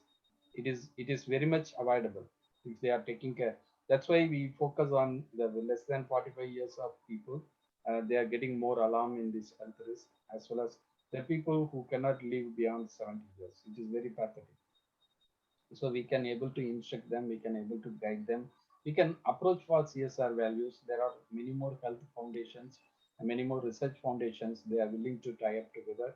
We can conduct a survey, even we can write up towards the basic data towards to apply for any grant, international grant. We recognize in a correct way, like the institution industry partnership. Through the institutions we can apply for the grant, and the industrial people we can come and do the service. Either you are a social service oriented industry or any kind of private sector like hospitals, you can able to engage together for this kind of partnership. So Thank you, sir. Thank you. there are a lot of plenty of things available. We can do that. Myself, I am also board member for Kibos International Health Foundation, registered in Canada. We are looking for more people to join with us. But the person he is focusing very well for Kenya at this moment, but it is open for other world also, other countries. Thank you very much. Thank you so much. Please keep in touch. I will get connected with you. Yeah, I'll get it. Thank you. If any more questions, anybody wanted to interact? Otherwise, we can close the session. It is very much to the closer time. Thank you so much, making the day auspicious for us. Thank you very much for responding us to come and join today. Thank you so much. Dr. Ali, you want to say anything? You raise up your. Good evening, everybody. If time permits, then I would like to speak. Yes, you can. I know we have overshot the time so much, and many of the people are getting impatient. If you permit me a few minutes, then I would like to say something. True. Yes. Okay. Thank you. Good evening, everybody, and happy Independence Day to all of you, wherever you are, wherever you may be. I think today's session was very, very important. We have covered education system. We have covered business, particularly startup and blue ocean strategy for marketing. And you have covered extensively the healthcare, particularly the Indian traditional, medication system. Dr. Rajesh spoke about the Chinese university as per the ranking. I agree with him 100% because I regularly review journals of some of the Scopus listed the articles for some of the Scopus listed journals, and those who are specifically into the energy sector. And I have seen the articles written by scholars from China. Those are very high quality. They write in the niche area, and the quality is so high that reflects that why they are so rich in their literature, and that gets reflected in their universities standing in the world scenario. That is very true. Another speaker spoke about the corruption in education system. It is not only the corruption, It is again, I would say, particularly in the higher education, graduation and above, there's a total disconnect between education and industry. Until we bridge that gap between educational institution and the industry, we will continue to suffer. I am the product of Naval Academy. I also got an opportunity to do a hands-on training on energy conservation in IIT Delhi.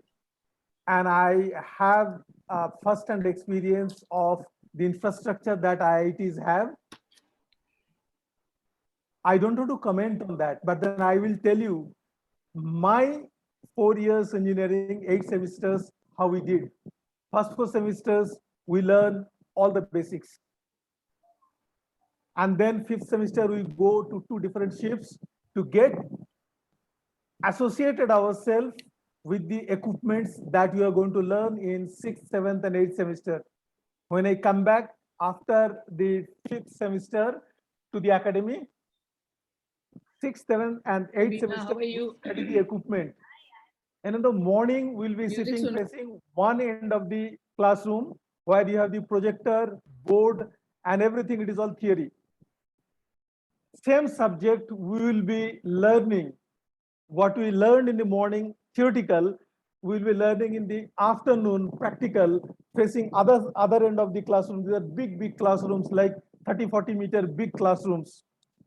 And the other end, the same piece of equipment is dismantled and kept. It is like drilling down every subject so that you don't forget. Morning, you learn theoretically, and afternoon, you learn practically. And the people, those who teach, they are actually hands-on people, those who have years of experience maintaining those equipments. And I know, being one among them, I know the kind of expertise these people possess. So yes, there are a lot to be done. If we need to bridge that gap, we need to not only have book knowledge, we need to also have hands-on knowledge if you want to really make capable professionals who can handle the industry very efficiently and effectively. That comes to what I wanted to say about today's program. I will also take this opportunity to share with the audience that I, along with Dr. Ram, are coming up with 2 days program on 28th and 29th. And we will be touching 4 topics. 3 topics I will be talking, and these are very much related to the present time. We all are living with less money, lots of worries, and tons of stresses. I'll be talking on these topics, and Dr. Ram will be talking on opportunities in Singapore and Southeast Asia. Coming to Dr. Alka, I'll be talking very specifically on the very topic that you just raised, worries and stress. I'll be talking excessively from my personal experience, that how one can live with stress, because we cannot. Today, if somebody says, I don't want to live with stress, then he is living in, fool's paradise. We have to live with stress, but then I'm going to teach how you can live with stress and yet not get affected. So your patients, those who are reluctant to do exercise and listen to you, ask them to attend my training, which is on 28th and 29th. I will guarantee you they will get benefited. And you are a doctor, you can understand. I am being under medication from 1997 for hypertension, from 2005 for sugar. First angiogram was done in 2005. I had 2 major blocks in the main branch of the artery, one side 90%, another side 40%. 2017, when I did the angiogram, the 90% remained 90% because collateral was created at that place because of my exercise and all that. So I forgot that 40% increased to 70%. That is when I put the stent. I did not have heart attack. Though doctor said that your lifestyle, you take so much of stress, you go for stenting. I said no. I took from 2005 to 2016. The block increased from 40 to 70%, two major blocks. One side 90%, on the side 70%. I never had any attack. And that is when I put the stent and I'm living absolutely normal life. I live with all those stress. It's not that I have left the stress. I'm the living example. I did my PhD in a subject which I was not, I'm basically marine electrical engineer, and I did my engineering in energy at the age of 60. So you can understand, if you know the tricks of the trade, you will be able to maneuver and handle it very effectively. So all the attendees, those who are present and listening, please share it with your friends. Let everybody take the advantage, because we are not making it for making money. We are making it to help people. And that is why the fees are left to the individual, whatever they want to pay, and they can take the advantage. Thank you very much, Dr. Ram, for giving me the opportunity and inviting me in today's program. Thank you, everybody. And once again, happy Independence Day. Thank you, Dr. Ali, for sharing wonderful things, your life experience, which are going to make the people very strong, and they can able to face their life risk and overcome all these kind of stress management and other empowerment strategies. It is really very much required for the people who can able to think and adapt as well as follow for their lifestyle engagements. Thank you so much. Is there no questions? I wanted to finish this particular session, and we are looking forward for your engagements in coming days with our other programs. Thank you so much for taking your time to spend with us. Thank you. Thank you, sir.